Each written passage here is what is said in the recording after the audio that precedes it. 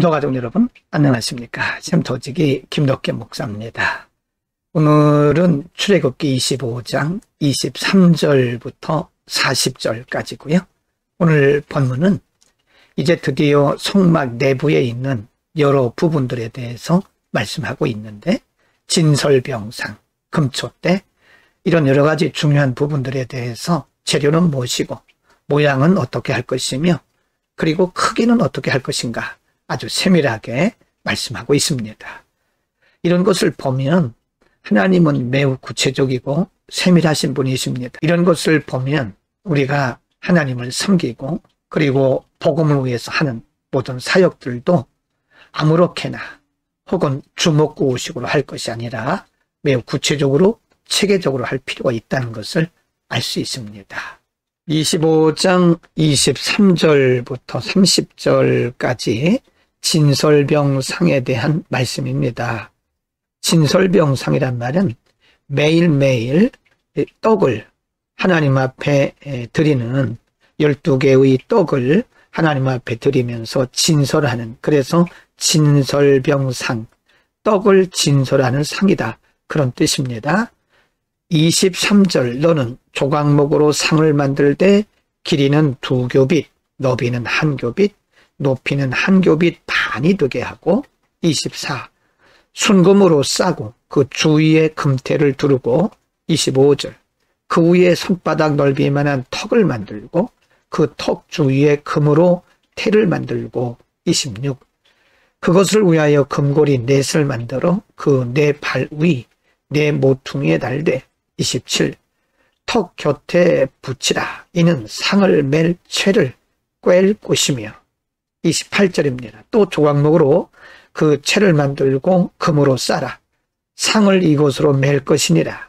29절, 너는 대접과 숟가락과 병과 붓는 잔을 만들 때 순금으로 만들며 상 위에 진설병을 두어 항상 내 앞에 있게 할지니라. 진설병을 두어 항상 내 앞에 있게 하라. 그 말은 매일매일 새로운 떡을 가져다가 진설하면서 하나님 앞에 드려라, 그런 말씀입니다.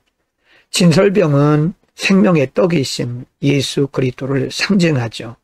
이제 이 후반부에 가면 모세가 하나님께서 말씀하신 대로, 가르쳐 주신 대로 진설병상을 비롯해서 여러 가지 부분 만드는 장면이 나오는데요.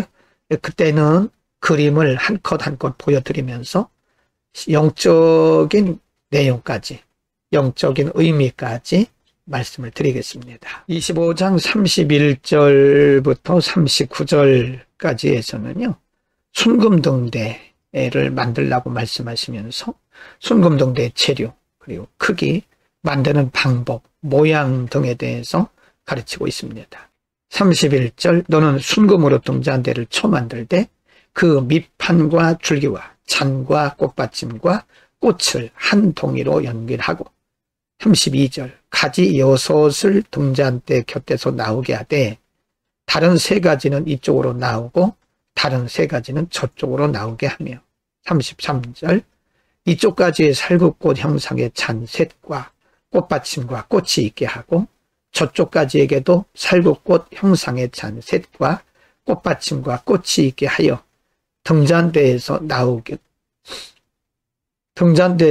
가지 6을 갖게 할지며, 34절, 등잔대 줄기에는 살구꽃 형상의 잔 넷과 꽃받침과 꽃이 있게 하고, 35절, 등잔대에서 나온 가지 6을 위하여 꽃받침이 있게 하되 2가지 아래에 한 꽃받침이 있어 줄기와 연결하며, 또 2가지 아래에 한 꽃받침이 있어 줄기와 연결하며, 또 2가지 아래에 한 꽃받침이 있어 줄기와 연결하게 하고, 36절입니다.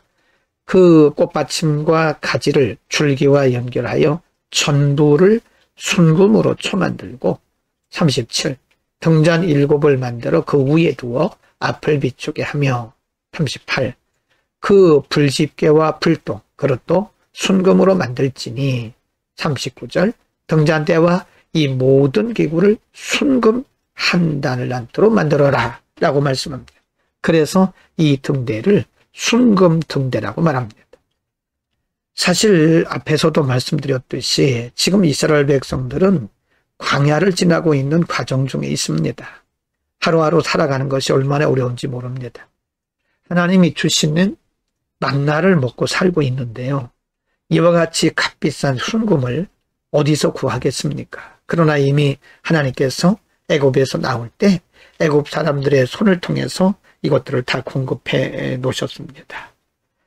여러분, 여기서 순금으로 만들려고 하는 것은요, 순수한 것, 정결한 것을 의미합니다. 나중에 우리가 한 부분 한 부분을 예수 그리스도와 연결해서 설명할 텐데요. 예수 그리스도의 순결성을 가르칩니다. 25장 40절 마지막 절인데요. 이 부분에서는 여러 가지 부분과 모양과 크기와 재료를 말씀하신 후에 꼭 이렇게 말씀을 하십니다. 40절, 너는 삼가 이 산에서 내가 네게 보인 식양대로, 즉 양식대로 지어라 라고 말씀하십니다. 사실 하나님께서 모세에게 보여주신 이 양식들은요, 매우 어렵습니다. 세밀합니다. 크기도 크고요, 재료도 구하기가 매우 어렵습니다. 그러나 하나님 분명히 말씀하시기를 하나님께서 말씀하시고 하나님께서 보여주신 대로 하라는 거죠. 모양이나 크기나 그리고 재료까지도 하나님이 보이신 대로, 하나님 말씀하신 대로 만들라는 거죠. 그리고 이 후반부에 가보면 모세는 하나님께서 보여주신 그대로, 명령하신 그대로 성막을 짓습니다. 여러분, 바로 이것이 순종이고요. 바로 이것이 하나님께서 원하시는 것입니다. 우리의 생각과 우리의 뜻과 맞지 않는다고 해서 변경시키는 것은 그건 내 방식이지 하나님의 방식이 아닙니다. 우리는 철저하게 완벽한 하나님의 말씀대로 사는 것이 그게 바른 신앙생활입니다. 여러분, 오늘 우리는 하나님께서 모세를 통해서 가르쳐 주신 순금등대 그리고 진설병상을 만드는 방법과 크기, 재료 등에 대해서 공부를 했는데요. 하나님은 아주 값진 재료를 통해서 만들라고 말씀하셨고요.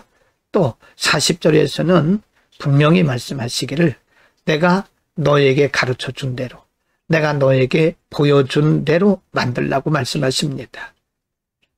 여러분, 하나님을 섬기는 것은 내 마음대로, 내 뜻대로, 내 방식대로 하는 것은 옳지 않습니다.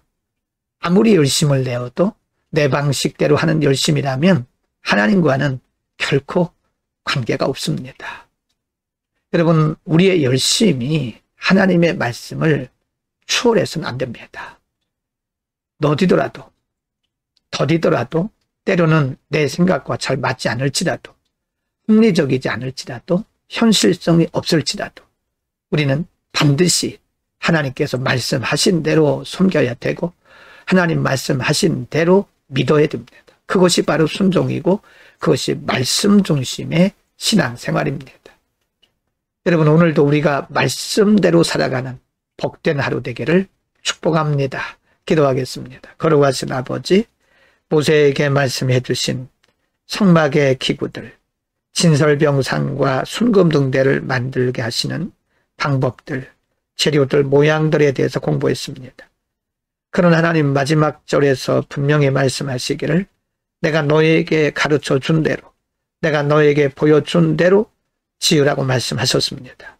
우리 하나님을 섬기고 하나님을 늘 경외하되 내 생각대로, 내 뜻대로, 내 방식대로 하게 마시고 하나님의 말씀을 따르고 하나님의 뜻을 따르는 말씀 중심의 바른 신앙을 갖게 하옵소서. 예수 그리스도의 이름으로 기도드립니다. 아멘.